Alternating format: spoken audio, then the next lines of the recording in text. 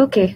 Hi, guys. I'm not too sure how many people are online or able to see this, but I'll jump in. First of all, thank you so much for having me on board as a mentor for the Jitheshraj Scholarship.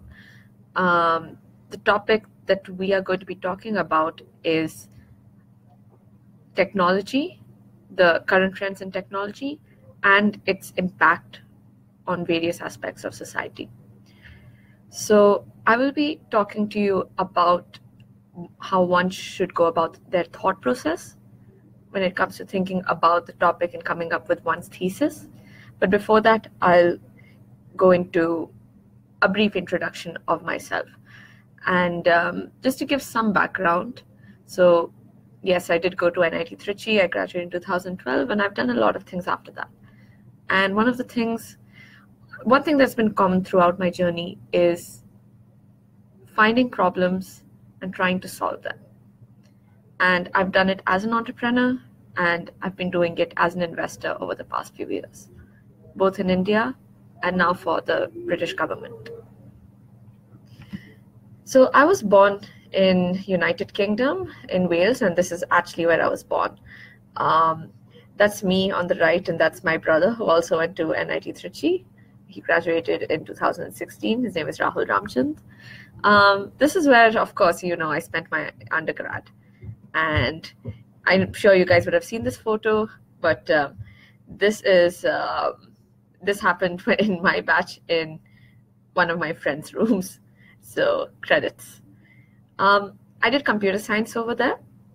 However, I joined Oracle right after my undergrad. But while I was at Oracle, I started getting disillusioned with respect to the work I was doing because I didn't feel that I was solving a problem challenging enough. And at the same time, I felt that I hadn't really explored and understand different aspects of society or different aspects of education. And that's when I joined the Young India Fellowship program to do my master's in liberal arts. However, while I was there, I felt the itch to do something else and to do something more than just what I was doing. And the itch was that I was missing computer science.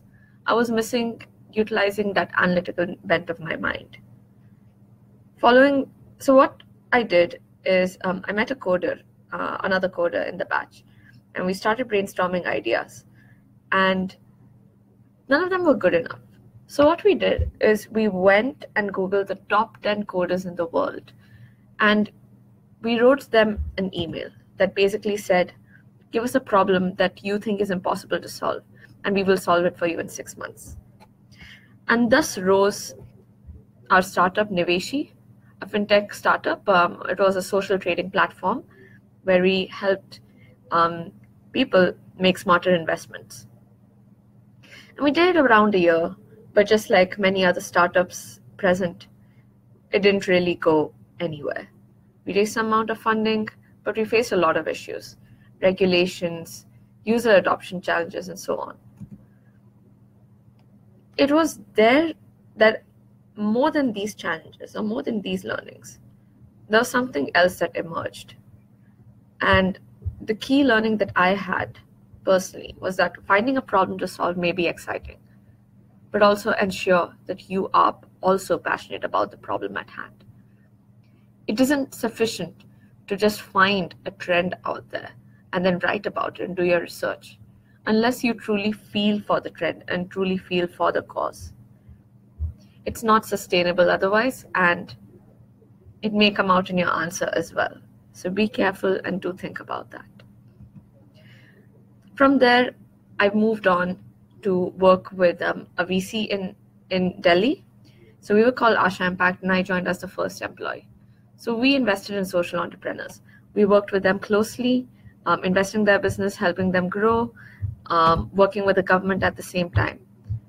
It was by far two of my most exciting years.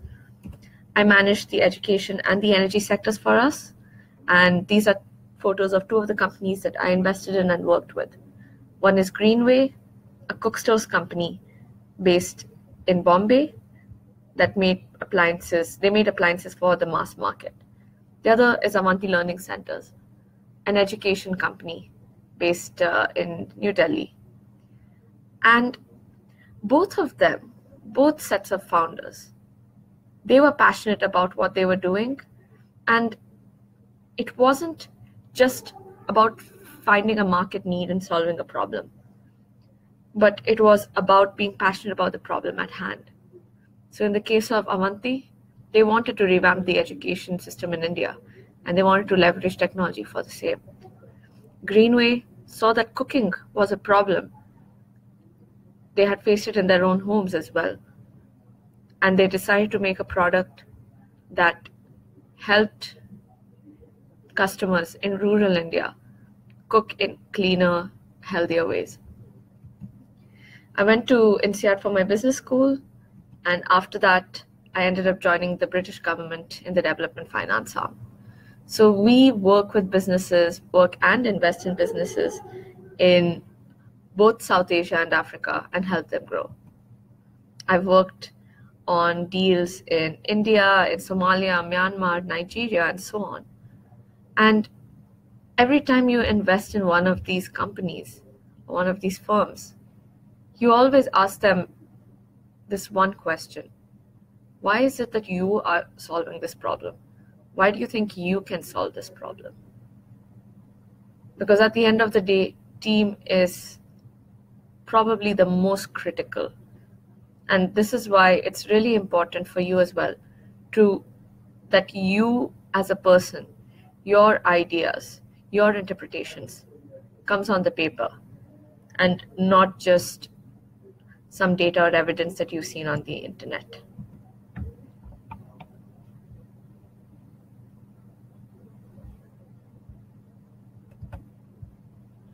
Just a minute.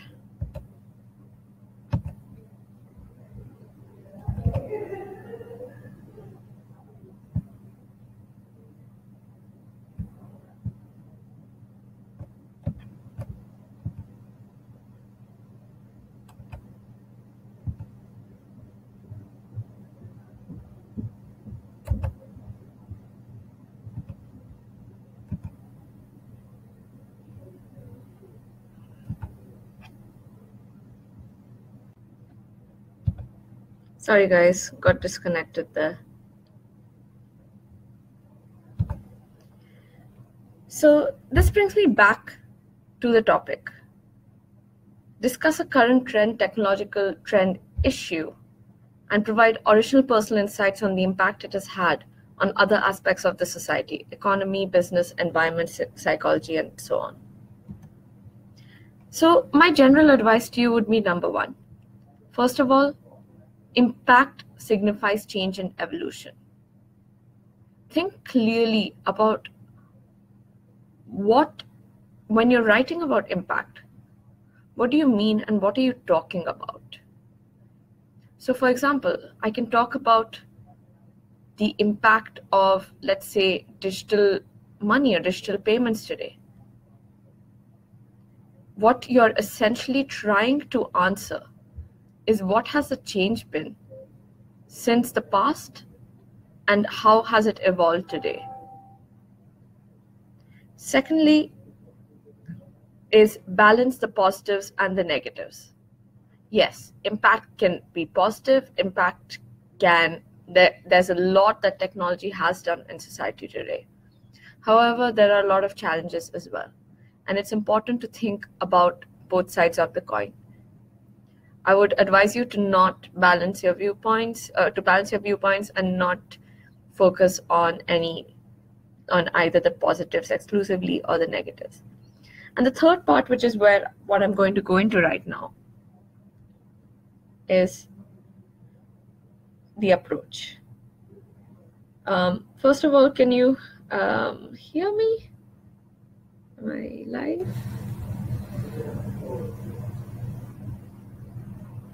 Yes, I am. Great. So the approach. And this is where I'm going to ask you to think about your thought process. And I'm going to give you guidance on how you can think about this. So the first way is you think about a trend and you map it to the impact that trend has created. The other way to go about it is you take different sectors, or you take the impact directly, and you work yourself backwards to then think about the trends. I know this sounds a bit meta right now, but I'll go into it, I promise. So part 1, trends. So the first step when it comes to thinking about the trends and tackling the question at hand is the identification of trends. So you have multiple technological trends in the market today. I mean, you have mobile pervasiveness, you have trends right from artificial intelligence, machine learning, blockchain, you have electrification, smart storage. There are just numerous trends out there that one can pick. And as engineering students, you probably have more access or more insight as to what the trends are than what I do right now. And there are different ways to think about it, and you can cut it you can cut and break it in different ways. So the first way, and these are the ways that I have thought of, one is you take a high-level trend versus a specific trend.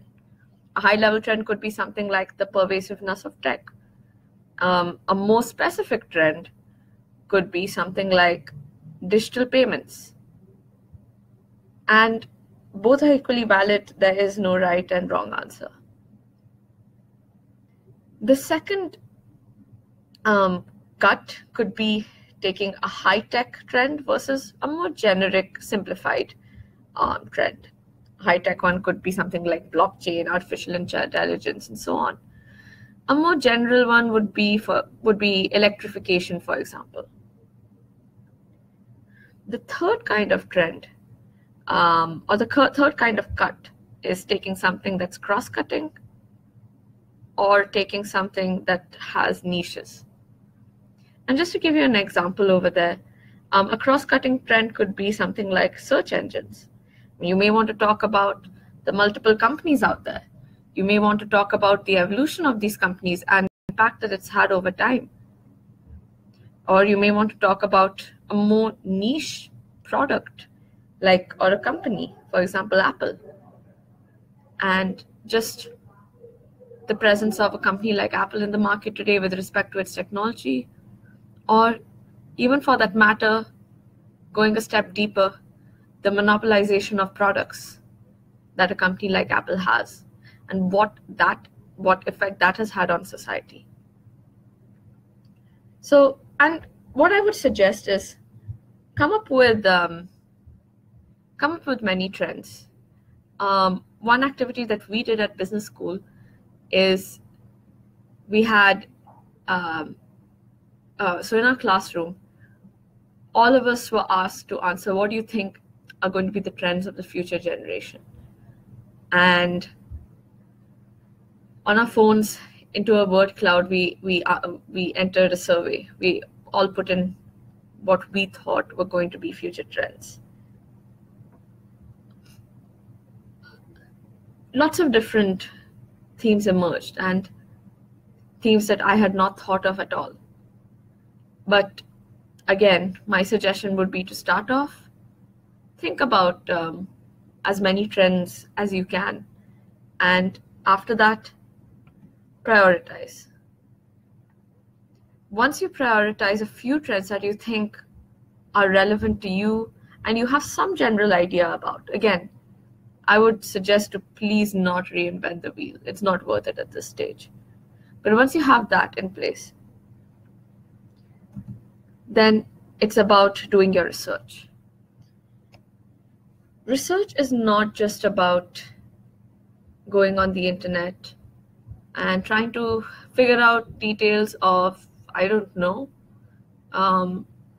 pervasiveness of mobile phones in today's world. So that, of course, is a pretty substantial aspect of it. However, I think what is more important, especially for an essay like this that wants personal insights, is to go the primary research way, which is ask people around you, have conversations on these topics. It helps refine your thesis. Question them, question yourself, Ask them to question you. Ask them to challenge you. Then, of course, you do have your internet, your books, and research journals. And thirdly, is something that I like to do, is take one step back and observe people's usage of technology. Now, of course, in some aspects, it becomes easier if you're talking just about mobile phone penetration. And you can see how that affects different in the different segments in society. But if you're looking at something more niche, for example, piracy on the internet is another issue that one could think about. And how does one take an issue like that and then observe what is happening around? Again, it sounds a little meta, but taking a step back and seeing how the trend that you have thought of or you have come up with has an effect in the immediate environment around you is something where one can derive a fair amount of inspiration and ideas from. Like, for example, and this is an example that I'm going to bring up a little later, is when demonetization happened in India and seeing how people were queuing in front of the ATMs. One impact that emerged, outside of the various positive and impacts of digital money, one thing that came out is empathy. That how something like a political change could end up creating or ended up getting people to empathize with different segments or different people in society. It's worth thinking about it. So once you have your trend in place, the trend that you want to talk about, the next step is figuring out the impact that the trend has created. So on one level, you have the individual impact. Like as I mentioned, something like mobile money. The ease and speed, of course. What are the obvious benefits of something like mobile money? The ease and speed of transactions, there's flexibility, there's security. And these are things that we experience ourselves and we see around us. But it's again important to go one step beyond that. At the community level, what is the impact that's created? I mean, again, taking an example just like mobile money. Reduces the gray economy, prevents money laundering, plugs loopholes in the government. Okay, so we get the point over here. Yes, it helps in solving corruption-related issues. But again, one needs to take that impact to another level and provide examples accordingly. So for example, how has this impacted different sectors? How has mobile money, through reducing the gray economy, through preventing money laundering, affected sectors such as religion, politics, education? And that's something, again, worth thinking about and providing examples where one can. Finally is the meta or the not so obvious impacts. So for example, in the case of mobile money, one of the impacts, as I mentioned before, is potentially empathy. And that's just something small that people end up seeing. However, taking taking all of the points before, where else does one see, or what else is the impact that has been created? In the case of something like mobile money, empowerment is a clear answer. Now, empowerment can be in multiple ways. Empowerment of just using technology. Another example could be in the case of something like microfinance, where which is basically providing loans to low-income societies. Now, by women having control over the phone and women having control over the money, there's a case for empowerment to be made over there as well. Finally, something like digital money, and considering how pervasive it is in society today, there's naturally progress that is evident. Something that one can see, not just India as a country, but comparing it to many other countries as well, and how far something like digital currency has helped the country in growing in the past few years. Lots of stats, a lot of data is available on things like this. So taking these points and contextualizing it to what is the impact that has been created beyond just the obvious. There's another approach one can take instead of mapping trends to impact, which is the reverse approach. Taking the impact and then mapping it to a technological trend. So for some people, this may be an easier way to think about it. And also, I recognize the difficulty of a topic like this. It's broad, it's not the easiest. So just to give an example, you have different aspects of society or different areas in which technology has clearly created impact, but you're not really sure how to define it. So what I would do in this case is I would list out various areas that I observe, and probably areas that I do feel connected with.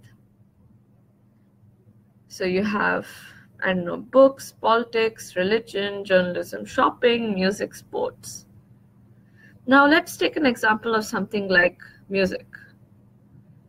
And what's happened to music in the last few years? So revenues have gone down.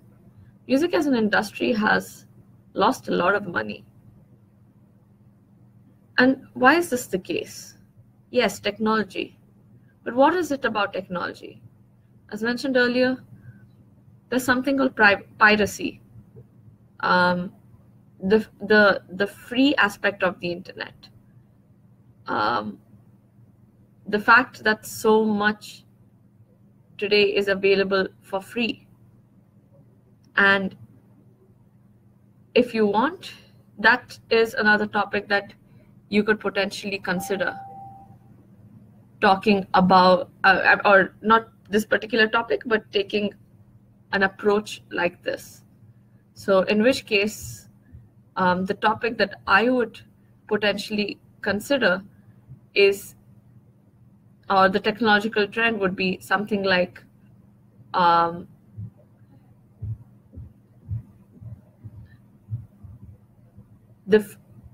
something like how internet makes data and information so easily available, but yet how at the same time a lot of original content creators, and these could be people who are making movies, making music, writers, they're losing out because of this particular issue. And this is again taking a more of a negative aspect to, a trend and the impact it has created, but to always again balance it out with something more positive. Like, for example, while the music industry has lost a lot of its income just because of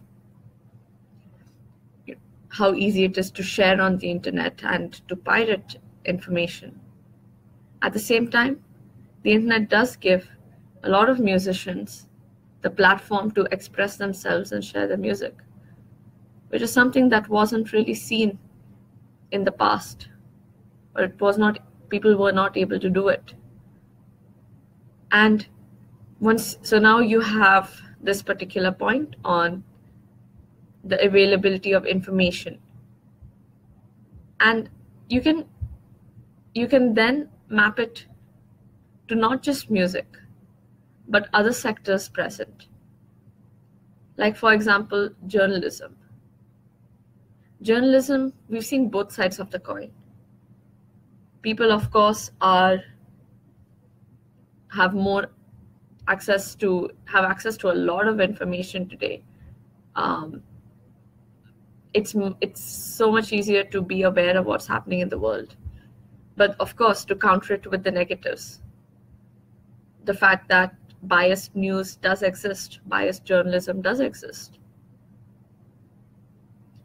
that algorithms such as in Facebook, even for that matter to an extent Google, what you end up seeing or what information is shared to you is the kind of information that you want to see. It doesn't naturally challenge your viewpoints. This can put people into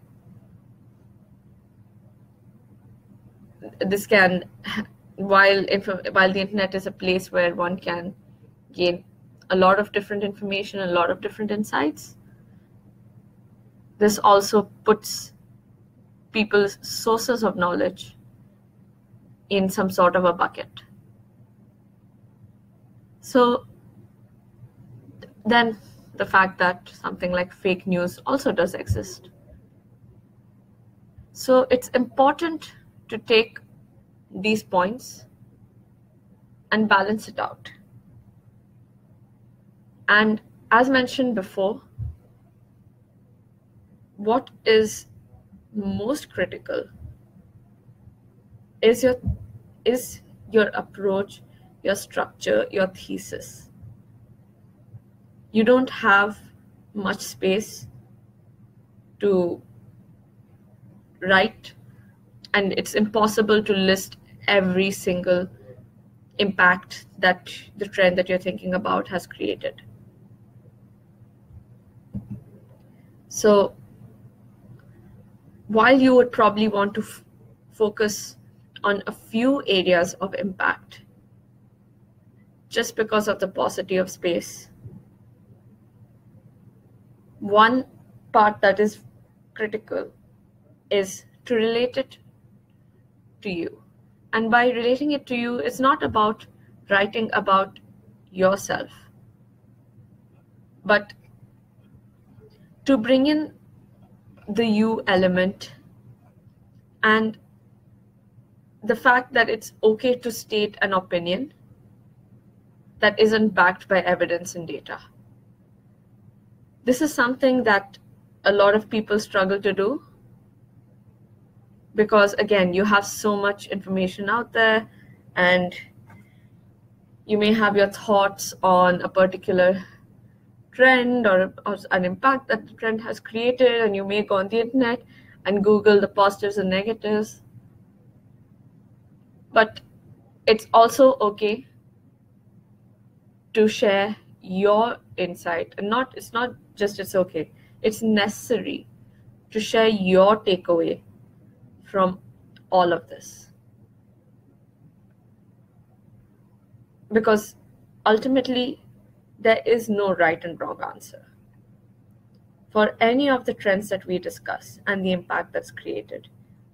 we could argue on both sides of the coin, and that would never end. So it's very important to think about what is your key takeaway when you, after putting all of this down on paper. And for me, when I think about my key takeaway, if I were to go back to the mobile money, digital money example, it's about empowerment, especially the empowerment of businesses today, empowerment of people that it's become difficult to give bribes, it's become more difficult to cheat. Of course, no system is perfect. But as I said, impact is not a one-stop solution. It's an evolution. And something like this will just evolve along the way.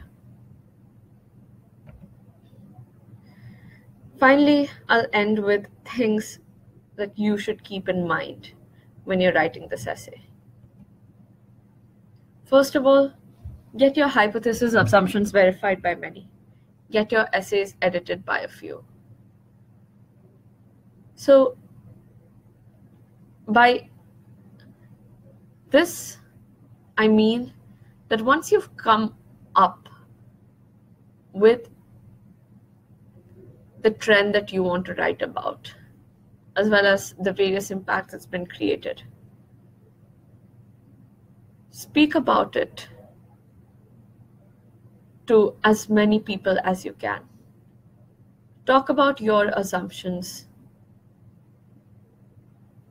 the impact of the trend to people, to your friends, to your family, and be prepared to be challenged. Ask to be challenged. Because in my opinion, the only way one can progress mentally is through being challenged. It helps deepen one's thought process, and it will help you to be able to look at both sides or the many sides of the argument in a more thoughtful way. And while you get your hypothesis assumption verified by as many people as you can, it's important to get your essay edited only by a few people. Again, a lot of different people might have different opinions, the way you present it, the way you write it, and you're never going to have a perfect essay. So which is why it's important that you share it with a few people who you trust and who can help edit it for you and take the time to edit and think about what you've written. This really helped me during my business school essays. It helped me before that as well during my Young India Fellowship essays. Secondly, as I mentioned multiple times, don't be afraid to be questioned. Allow yourself to be challenged. So the reason why I'm stressing on this as opposed to something like the structure of the essay is because, in my opinion, in an essay with a topic like this, structure is secondary. And there are many resources out there that would help you frame or structure a general essay. But an essay like this is less about the structure per se. Of course, you will have your introduction, your body, your end, conclusion. But what is more important is your thought process during this. and the insights that have emerged because of your thought process. Broad and balanced helps, but it's not the guaranteed winner. Yes, you can talk about a topic like mobile money and talk about like 10 different aspects of society which it hasn't had, an impact on. What's the point of that? What are you ultimately trying to say? Like, what is your main driving point to those 10 subpoints? Like, as I mentioned, mobile money can probably help. Of course, it helps your shop owners. It helps prevent bribes. If, for example, if policemen have to, if mobile money is the only way by which you can end up making payments or something like that, it would prevent anti-money laundering in that particular way. It helps when it comes to leakage of money, like for example in the case of microfinance or collections of loans. So when loan collections happen, one of the biggest issues that we have seen is that the loan collector will pocket some of the money, and there's a lot of money that is just lost along the way. Things like this. But again, you could also think about arguments such as online payments. It's now becoming easier to crowdfund. It's becoming easier to just to buy items online. And yeah, you can talk about these many different ways by which digital money or electronic payments can impact society positively. But ultimately, what are the 2-3 rich conclusions or insights that one can derive from all of this is what would be key in your essay.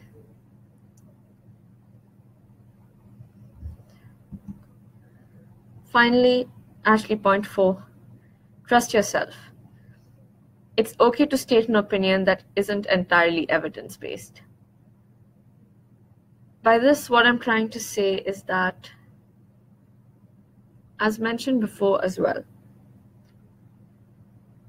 sometimes your own personal insights may be contradictory to what you've written, or it's something which you don't have evidence to support. And it's okay to state that opinion.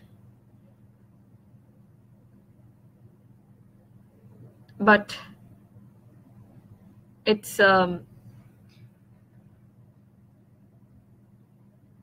of course, it's also important that your entire essay is not just your opinions, but you can provide some amount of evidence or backing of what you're saying. Back to the point on broad and balanced helps, but it's not the guaranteed winner. So one more point over here is that while again, it's okay to have a trend and the 2-3 aspects of impact that the trend has created, it's also okay to be very focused and speak about just one aspect of society where you see that the technological trend has really had an impact. Again, it might be slightly risky to do something like that, but from what I understand, what you will be judged on is, again, the kind of insights that you would draw from this particular technological trend and the impact it's generated. And if you're able to justify that impact, even if it's in a pretty specific aspect, then go for it. Just to give an aspect, or just to give an example, for me, I might even just write about, the piracy and its impact on the music industry. As simple as that. It is a 500-word essay, and music is something that everyone relate to. It has impacted consumers. It's made it much easier for consumers to listen to music. At the same time, it's obviously impacted the content creator. It becomes easier for the content creator to create music, but it does become far more difficult for the content creator to earn. And again, as mentioned, it might be a risky approach to just focus on something like that. But if you think that's the approach that you would want to take, it's okay. You should go for it.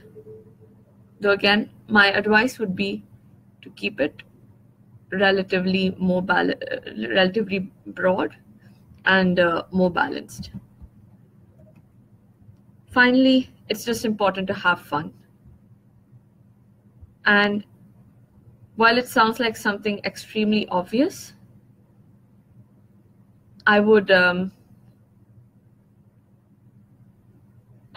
that this is probably the most important aspect of writing an essay like this. And by having fun, don't take it very seriously. It is, of course, a serious topic, but think of it as an activity that it doesn't just involve yourself, but it involves other people around you. And which is why I mentioned the point of, sharing your thoughts on topics with on the topic with other people, getting yourself challenged, verifying your assumptions, and doing as much reading and research as you can on it. And ultimately, bringing out the you aspect while you're writing an essay like this. While you're writing an essay. So